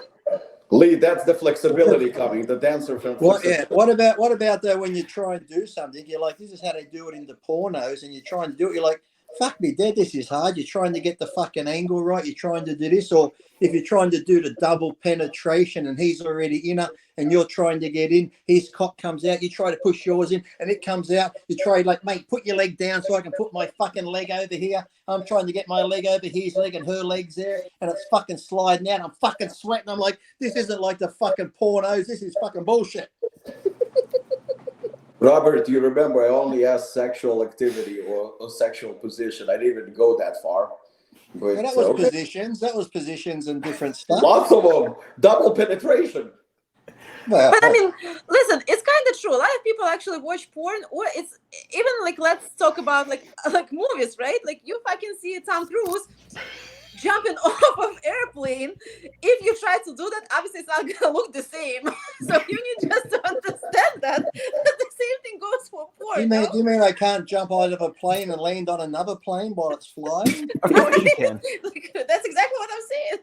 Again, I love how politically correct Carolina's responses are. Yeah, she that's why she's the CEO, not me. She is the master. She should run for president. Of what, Belarus? No, America. We'll change the amendments so a Belarusian can run for the U.S. presidency. That's it. That's it. Well, and then we're gonna have Lee moving back from Australia to United States, and then I'll be vice president. Yeah. Can you imagine Lee 2024? I'm on board with it. a Belarusian and Australian? Okay. Make America sexy again. Exactly. Vote for me. Free Coke for everybody. Listen, that might get us actually far enough. Hey, it worked really well in the 80s in America. It did. Cocaine When fueled. the CIA and shit were putting coke out on the streets and stuff. Great. They went for that LSD stage too, where they were lacing shit with LSD. Yeah, the CIA was up to some weird shit in the 70s. What was the craziest sexual proposition you've ever had, and you accepted? Me? Both of you. You know Yeah. what? I do remember. I did not accept it, but it was when I was in Belarus, and I was probably, I do not remember how old were I. And I was just walking in the subway, and there was a couple, and they just approached me, and they're like, "Oh, would you like to join us?" I looked around. It was just like all of a sudden casual. Lots of people, and I didn't even like. I was shocked because I don't think I understood what they were saying. And I turned around, and she's like, "Yeah, I mean, maybe later." I'm like, I looked at them because it was very strange. Like they clearly saw that I was obviously under 18, number one. Number two, it's not common in those countries for someone to come up to you. Yes, it is. I've seen it on the pornos. There's in Russia and Belarus and Budapest. There's a guy driving along, two guys and a girl in the car. They see this young girl walking along. Hey, you want to come back? You want to come? Yeah, let's go. They always go back. I've seen it on the movies all the time. So what you're trying to say is that Karalina was filmed? And No, that couple was filmed. I said no. The couple was filmed. I knew I'd seen Kay somewhere before. Somewhere. Okay. The flashback finally. But Okay, she looks and, younger, but she looks familiar. I've seen it somewhere. And Kay, what was something that you were proposed by a boyfriend, girlfriend, or anyone that was a little bit something that you did not expect, but you did accept? We just talked about it. No, you accepted. Right. So whatever I wanted to do and he wanted to do, we did. So I do not know what was outrageous. If it was enjoyable. I don't know, a threesome, an orgy, a girl on girl, let's have sex on the subway. Bukkake. Well, Belarusian standards might be different than American standards, Yeah. Robbie. Clearly. I don't know. Belarusians are freaky. Don't let it fool you. Yeah. Have you seen John Wick? 100%. That's the best representation so far. Oh, yeah. I love John Wick. I've seen Locked Up Abroad. I've seen how they are in prisons. Oh, don't you worry. Do you mean abroad, like around the globe, or abroad, like a woman? Abroad around the globe. Ah, Locked Up okay. Abroad. There we go. Jesus Christ. Anything goes in those Russian prisons and stuff. I've seen it. So He's probably not wrong. Anything goes on in your life, not just Russian prisons. I mean, what you just described, I've never even look, thought. don't put my life on the same as a criminal. I'm not locked up. Now, how dare you? How Let dare me correct you compare right me there. to someone? How dare you compare me to someone who's in jail for rape? I've never been caught raping somebody because I normally bury the body when I'm finished. A lot of people who are in Russian jails, they actually didn't do anything also. So. Yes. They just printed a story and had an opinion about the government. Now they're in That's jail. Yep. Christ. Putin, in case you're watching, I love you. I'd love to come to Russia. Love you.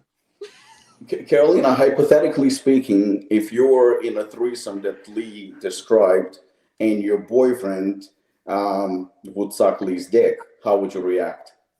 Oh, don't ask me about this. Just fucking throw me in the middle. You're an easy target. I'm not cheap, you know. How would I react? You're not asking how would he would have reacted. You're asking how I would react? Yeah, for example, you're in a threesome situation, hypothetically speaking, of course, Okay. and your boyfriend is doing you, and while he's doing you, he decides to suck another guy's dick. I would have asked him, why didn't he tell me that before, that it was interest of his? But would you be supportive? Yeah, Supportive yeah. if he would have told me before or in the moment? Like, oh, hey. No, in the moment, all of a sudden, you're enjoying yourself, you're having fun, and you see your boyfriend is behind you, he's doing you, and at the same time, you look around and you see in his mouth another guy's dick. I mean, in the moment, obviously, you don't go and cut off the dick, right? So. What he does is I've seen it in the movies. What he does then is he looks at her, he winks, he then gets her to come around, and they both start sucking it together, passing it back and forth. It's like a mama bird. It's like a mama bird showing the baby bird how to suck dick, because the guy's not really good at sucking dick, but she is. So she's teaching the boyfriend how to do it properly, and that turns them on, and they both get into it. Look at me go. Look at me go. So it just goes on like that. You're welcome. Robert, do not dare to send me the bill for your therapist. He'll send it to me. It's not going to be a therapist. It's just going to be an added thing Robert's for got to wake up tomorrow That it's morning. consultation services. How old are you, Robert? I'll be 38 in August. See, he's going to wake up tomorrow and go 38, and that's fucking my first wet dream in fucking 15 years. I guess you'll very, find out. very boring. Very mundane. Oh, God. There's nothing remarkable about my history. Do you guys watch porn? Like on a daily basis? Well, the What that question is about? Kay's initial response, on a daily basis? Do you watch it often? Do you watch it as much as before? Do you watch it less than before? Or you just watch it the way you always watched it and you're still enjoying it? I mean, I don't do anything that I don't enjoy. So if I do watch it, I want to enjoy it. So do you like porn? Some of it, yes. Some of it, Robert, I see what you're saying. Your answers are perfect. What's your favorite category on porn? Oh. I'll tell you the one that I don't like. Because of me, like, I've never went into gay porn. That's for sure.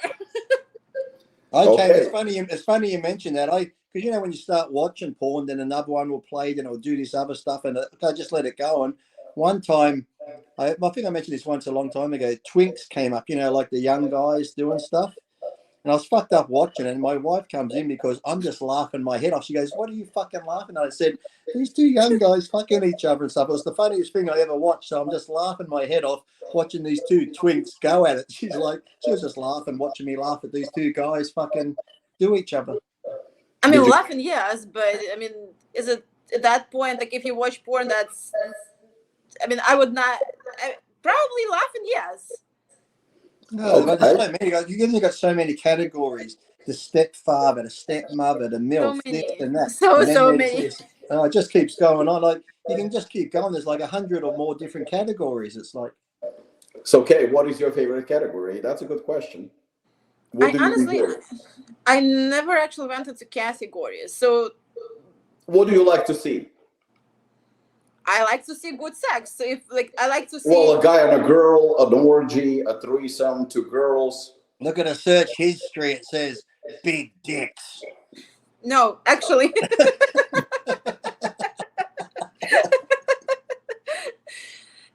It can be either or of the ones that you mentioned. If I like it, I like it. If I don't like it, it doesn't matter if it's a guy or girl or whatever. If it doesn't, like, turn me on, it doesn't matter who is in it. What was the last one? Have you ever seen that video of the girl on the farm being bent over and there's a horse behind her? Just asking. Oh. Hey, she loves her animals. So that's all I can say. Good thing animals cannot speak. Hey, the horse finished, so I think he liked it. You're probably right. It's like a bucket of fucking milk all over. Lee, what was the last porn you watched and when? Mine. Well, yeah. What category? What was the last one you watched and when? That's what he's doing right now. See, there is a TV. That's what he's looking. I'm almost finished. That's why he got that gun on him. Yeah. Oh God. Who keeps personal lubricant near the fucking computer? Lee Priest? I think it was just might have been a threesome type scene. I think the last one I ever saw. But then there's sometimes I've got videos of my wife and I and stuff, and just her doing stuff naked. I sometimes flick over to that because sometimes that turns me on more than watching porn. So I could watch porn and be fine, but then sometimes I've been fucked up and she'll be out there drinking, and then she'll just start dancing sexy, and watching her is a lot more turned on than porn. Because I think you got that connection with your partner, whereas porn is just like, it's just whatever. But when you see your partner doing it, there's this total different feeling. So I think watching her is much better than watching porn. So there are Lee Priest porn videos floating somewhere around. If anyone ever hacked my phone, I'd be fucked. Fuck, I better not say that. Someone's going to try now. I better put them in the cloud somewhere. Karalina, any videos of you floating around? I mean, clearly, if Lee saw me in some. Yes. It was called Belarus Babes at the train station. now I know the name also. Train car 57. So, Kay, would we want anyone to get a hold of your phone, or better not? I mean, I prefer not to. Is there anything on it that would be shocking? Depends who will get the phone. Lee Priest? Somebody like me gets the phone, I just go, boring, Exactly. boring. He would not waste his time on my phone. Now, if you got my phone, you'd be like, what the fuck? Yep. Lee, you need to fucking get help, you stupid cunt. What the fuck is this? Hold on, let me turn the phone over like Mr. Squiggle. Hold on. I see it now. To wrap this up on a more, well, not positive, less funny, but more serious note, but still sexual. Do you think that sex today is viewed as a very bad thing, taboo, and people should relax a little bit and just enjoy it and have fun? Or do you think that the society is going in a better direction, seeing sex as more like you see it, more as just fun, recreational, and that people should not be giving it as much bad publicity and negativity as they do?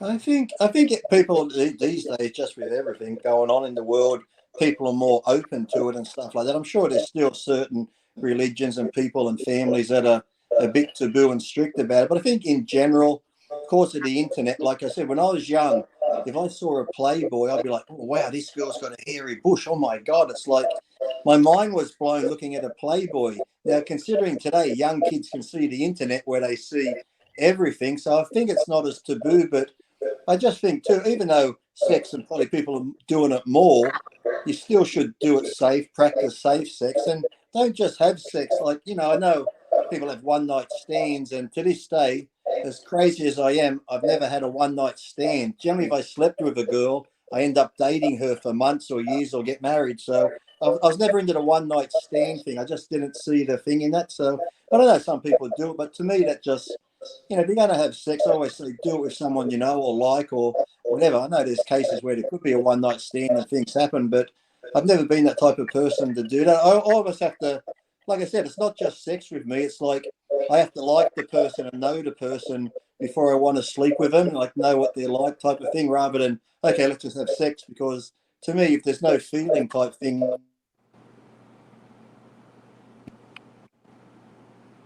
That was my mum calling again. She's like, Lee, stop talking about sex. Kay, do you see yourself also, basically continuing on the same subject, do you see yourself as sexually open-minded, or do you see yourself as more restricted and more conservative? I mean, I don't think it's a question for me, so it's a question for whoever is listening to me. But nobody knows yourself better than you do, so you should answer that. Again, the politically correct answer. I love it. It's amazing, Karalina. I mean, I consider myself a lot more open than a lot of people that I've talked to when it comes to different subjects. But I do agree also with whatever Lee said. When it comes to sex, when it comes to relationships, sex is a big part of our life, right? So it has to be much more than sex to me in order to have sex with someone. Because it has to be, number one, it has to be connection, it has to be enjoyable. That's not the question. Huh? That's not the question. Do I see myself open-minded? Yes. I mean, I do. Do you see yourself as a very open-minded person and more sexually open than the average person that you see? I would think so, yes. Okay.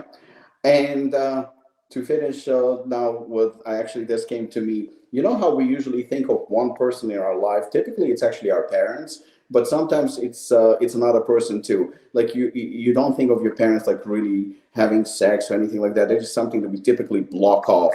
And there's the same thing goes to, we see sometimes a person like we can't picture that person having sex. It's just like it's not a sexual person. You don't see him as gay or straight or bisexual. You just don't picture that person as a sexual person. Name one person that, obviously maybe in a bodybuilding or a fight world or, somebody known that you don't see as a sexual person. Robik Samborsky. Who? I said Joe Biden. Okay. I mean, that cannot be tough. I do see him being sexual, but his partners are like under the age of 10. Oh God. Say what? Who said that? Who said that? Yeah, no, nobody. No, didn't hear it. Was that his son Hunter that said that? Okay, do you see anyone? Honestly, I think when it comes to, like you said, bodybuilders, I think a lot of bodybuilders. Well, somebody that you know that we all know. I don't think who comes to my Right mind. down there, Robert. He's right down there. Look at him. There he is. Robert does not have sex. Never. Plus, Kay said she likes really nerdy guys that are really smart, so I feel like everything's fine. We're good. You're in.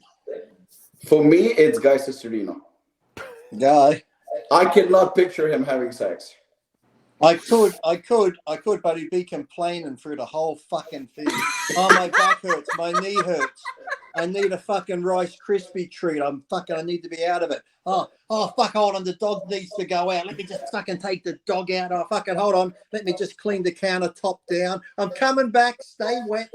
I'm coming back. Hold on. I just got to do this. Hi, if you want these gummies, use promo code Sisternina. I'm coming back. Hold on. He's back in there fucking. Oh, hold on. Fuck, time for a protein drink. Just lay there. I'll be back in again. So I can picture a guy doing it, but he'd be all over the place while he's doing it. Guy, I love you, but that's how I just pictured you having sex. Well, at least you picture him having sex. I don't picture him having sex at all. I see him, training with Branch Warren, screaming at people at the gym. But that's how he'd be having sex. He'd be screaming at her the same way. Listen, bitch, I said turn over, doggy style, not fucking lay like that. What do you got your fucking leg up there for? That's not how fucking people do it. Jesus Christ, oh, fuck that. He'd be very angry through the whole thing for sure. So you could call him an angry fucker. Yes, he would be, yes. I'll ask him at the seminar when he comes there. I could. You know what the funny thing is that I would not be surprised if he actually did ask him that. I'm going to. What do you think? I was joking. No, that's the thing. I don't. Guy, I know these people will ask you training questions and about your fucking kratom and all that, but what I want to know, well, really Rob does. He's just, he's asking me, but what do you like having sex? Are you angry? Are you this, Are you into it? It's like, I know you haven't been with girls for a while. You got a girlfriend now, but it's on and off. So that just goes to the point that you're fucking lunatic. We know that. But are you like an angry sex person?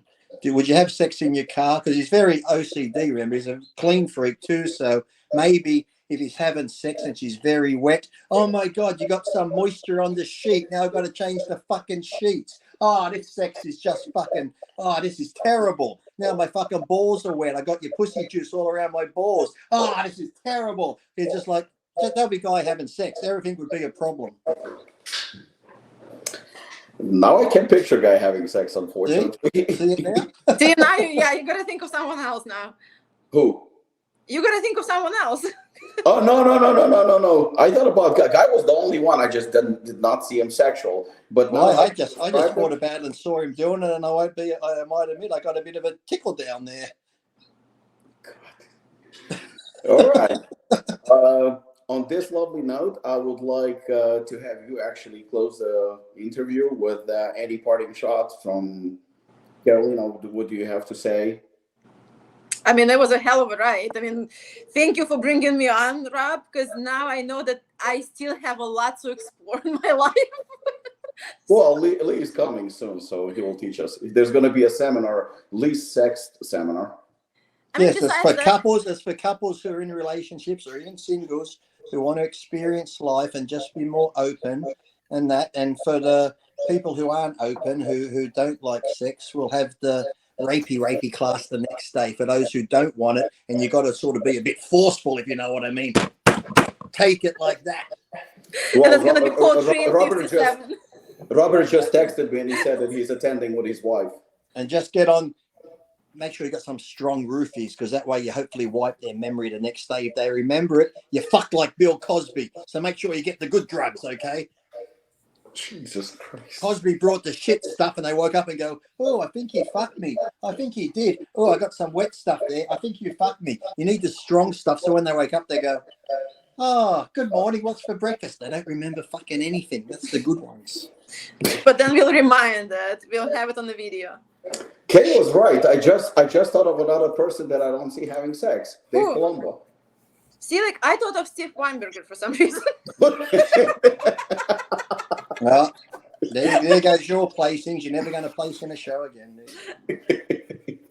Kay, if you ever wanted to compete, you're not competing again. Well, I never wanted to compete. Yeah, well, that's okay. Robbie, look at the private chat. Yeah, so Steve Weinberger, Dave Palumbo, and, well, Guy Cicerino is off the list. He's angry fucker. There's a private chat. Look at that. What's it say? I can see it. Nope.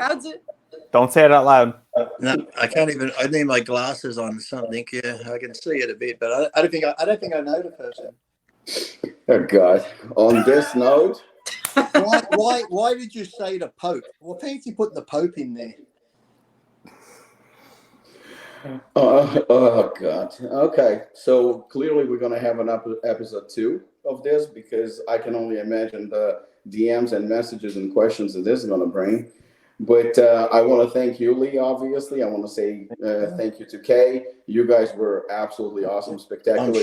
I'm shocked by your behaviour, the way you all speak. I don't know why I come on these podcasts, because it's just I got to go to church now and confess for whatever. I'm not really going. I'm actually going to the Catholic church because you get free blowjobs. So you go in for confession. There's this little hole in the wall. You put it through there, and it's like, oh, the body of Christ is in my mouth. Robert, do you have anything to say? I guess that's another category in that porn list. Oh my God, no! Oh my. I don't have anything to say, but I'm fine with all sarcastic remarks.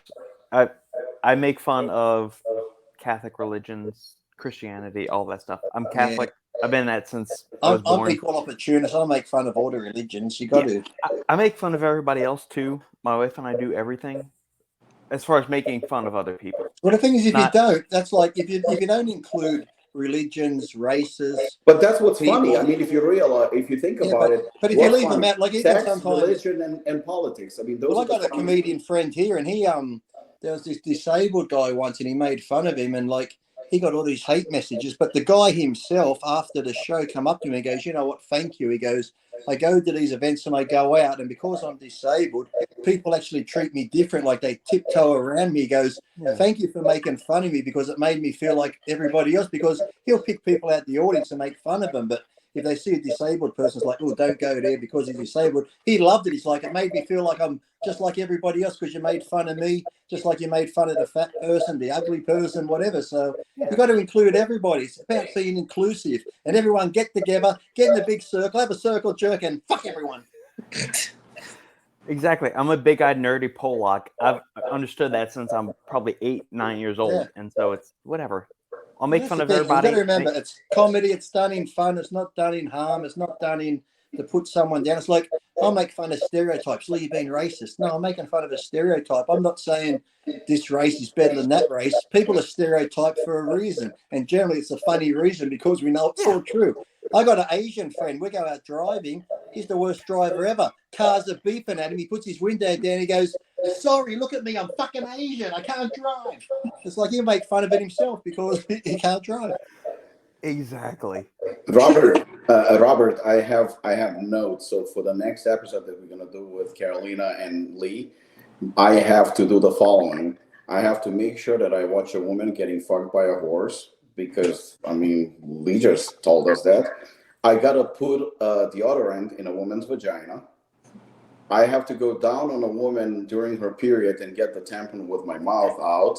That's a given. Commonly known as the vampire teabag. I feel like I'm throwing up. Every time I hear that, I want to throw up again. And for some reason, I really want to close the gym with Karalina and end up in a locker room with her because apparently there are places in Apollon to explore that I haven't yet. So or the squat rack. Or the squat rack, or the line what's that? Leg curl, right? The leg curl. If you're going to use the squat rack and you're underneath, just make sure to do them partials. I have my homework. I'm going to report next time. I'm going to report, and I'm going to say okay, I've experienced that. All right, during the seminar. How could you be a gym owner and never experience that? I don't get how you could be a gym owner and never experience that. I'm trying to be nice right now. Okay, you've never experienced that. Okay, we hear you. And one more thing. I gotta make sure that I participate in a threesome, get my dick sucked by another guy, and I'm not gay and I'm not bisexual. You don't think about it. You don't think about it. It'll just happen. And then when it happens, you'll be like, okay. Right. You cannot plan it. That's the whole beauty of it. Oh, no. I'm not going to plan it. Look, you are gay. You're going out looking for a guy to suck your dick. You're a faggot. You're a faggot. You're a big dick sucked. Robbie, we heard you and plan it. You Fulcrum. There we go. specifically said, I'm going to have a threesome and get my dick sucked by a guy. No. I have it planned out. So what I'm going to do is I'm going to have a threesome. And during the if it happens, it happens. No. Every time I'm going to be in a moment, I'm going to be winking at him. You can do it. I gave you a green light, and maybe he'll get the point, and I'm going to get to experience. And say I'm going to call it. I have a name for it. Say, listen, bitch, suck it. I've been waiting all night. Fucking suck my dick. Yeah, and I'm going to call it the Lee Priest experience. Oh, something. There you go. There's a name for it. Here's another category for that porn list: Lee Priest experience. Well, Lee's going to trademark the name. It's going to be called Lee Priest experience, getting your dick sucked by another guy while doing your ex-wife. I have an ex-wife. So okay, while that's happening, you and I are going to go have some wine and some nice dinner. Lee, Robbie, and whoever else can have fun that night. My ex-wife. You and I will go have fun. Having fun, drinking wine and cheese and crackers. Best night ever. We get some fondue. It'll be great. Fondue. Well, if you're going to get the cheese and crackers, get the big salami, but don't cut it, if you know what I mean. Exactly. On this lovely note, guys, thank you very much for this lovely interview. And, what did we learn from this? Absolutely nothing, but thank you. I learned a lot. I learned a lot about myself and things that I'm willing to explore. It's an awareness program. See, people become aware of themselves and feel more comfortable with themselves because people could be sitting there struggling with their feelings and go, you know what?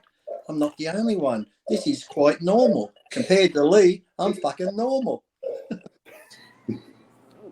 There is no arguments there. So anybody, I think, compared to Lee is quite normal. I actually think he's the normal one.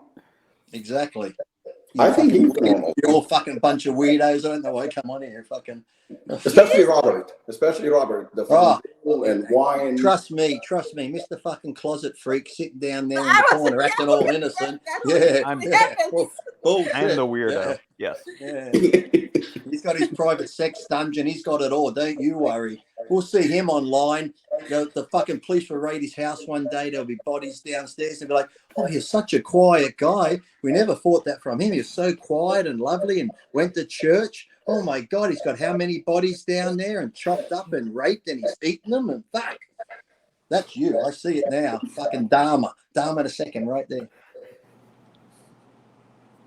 Yeah, he's not denying it. He fucking knows it's true. I'm laughing in the background. For all the listeners, I'm laughing.